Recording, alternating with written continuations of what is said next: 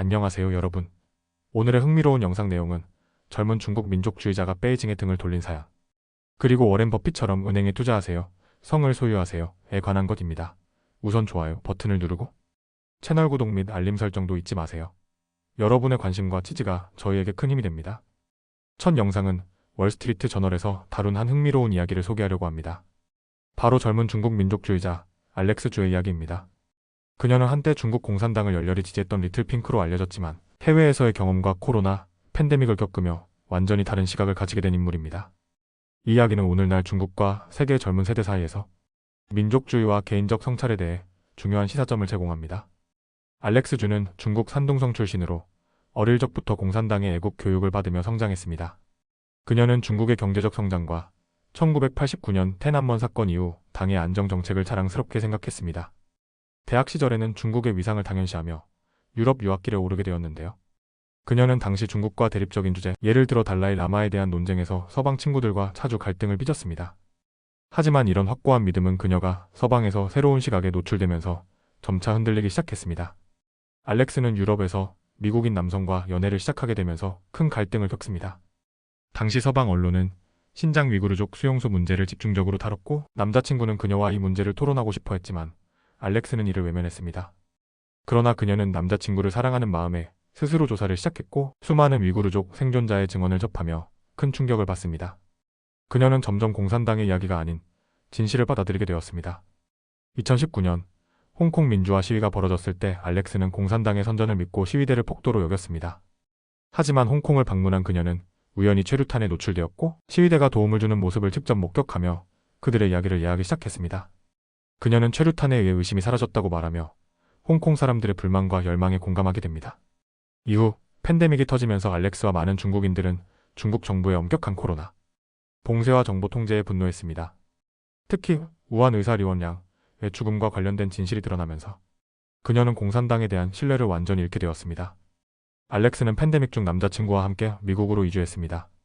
그녀는 중국 정부의 검열과 통제를 모니터링하는 일을 하며 점점 더 민주주의와 자유에 대해 배워갔습니다. 미국에서의 삶을 통해 그녀는 중국에서 받았던 교육이 얼마나 편향적이었는지를 깨달았고, 자신의 신념 체계를 철저히 재검토하게 됩니다. 알렉스는 자신의 정치적 각성이 가족과의 관계에도 큰 영향을 미쳤다고 말합니다. 특히 그녀의 어머니와는 민족주의와 관련된 문제로 끊임없이 논쟁을 벌였는데요. 그녀는 어머니를 이해하려 노력하지만 동시에 스스로 변화를 겪었던 과거를 떠올리며 신중하게 대처하려 노력하고 있습니다. 오늘날 알렉스 주와 같은 경험을 한 젊은 중국인들이 점점 드러나고 있습니다. 코로나 팬데믹과 같은 사건은 단지 공산당에 대한 불신을 키우는 데 그치지 않고 그들에게 새로운 시각을 제시했습니다. 2022년 대규모 중국 봉쇄 시위 당시 해외에 있는 수많은 중국 청년들이 시위에 목소리를 낸 것도 그 증거입니다. 알렉스 주의 이야기는 단순히 개인의 변화에 대한 이야기가 아닙니다. 이는 중국 내 젊은 세대가 민족주의적 믿음과 정체성을 넘어 새로운 진실을 찾아가는 과정을 보여줍니다. 이 이야기는 오늘날 우리가 진실과 열린 사고를 어떻게 받아들여야 하는지에 대한 중요한 메시지를 던져줍니다. 다음 영상은 월스트리트 저널 기사를 바탕으로 워렌 버핏처럼 투자하는 방법에 대해 이야기해보려고 합니다. 특히 금융정보 서비스 기업에 대한 투자 전략을 중심으로 살펴보겠습니다. 버핏의 투자 철학은 해자로 둘러싸인 성 같은 기업을 찾는 것인데요. 오늘날 이런 해자에는 데이터와 분석이라는 강력한 도구들이 포함되어 있다고 합니다. 워렌 버핏은 기업이 경쟁 속에서 살아남으려면 경쟁자들이 쉽게 넘볼 수 없는 해자가 필요하다고 강조합니다. 이 해자는 특허 브랜드 인지도, 고객 충성도, 그리고 데이터 및 분석 기술과 같은 요소들이 될 수 있습니다. 최근 그의 투자 회사 포크셔 해서웨이는 뱅크 오브 아메리카에 대한 지분을 줄이면서 더 방어적인 투자 전략을 선택했다고 보입니다. 하지만 여전히 무디스에 대한 대규모 지분을 유지하고 있는데, 이는 금융정보 서비스 기업의 잠재력을 높게 평가하기 때문입니다. 금융정보 서비스 회사들은 단순히 데이터를 제공하는 것을 넘어 데이터를 분석해 의사결정 도구를 제공합니다.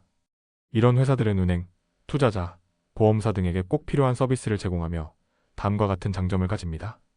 독점 데이터, 다른 곳에서 구할 수 없는 귀중한 데이터를 보유하고 있습니다.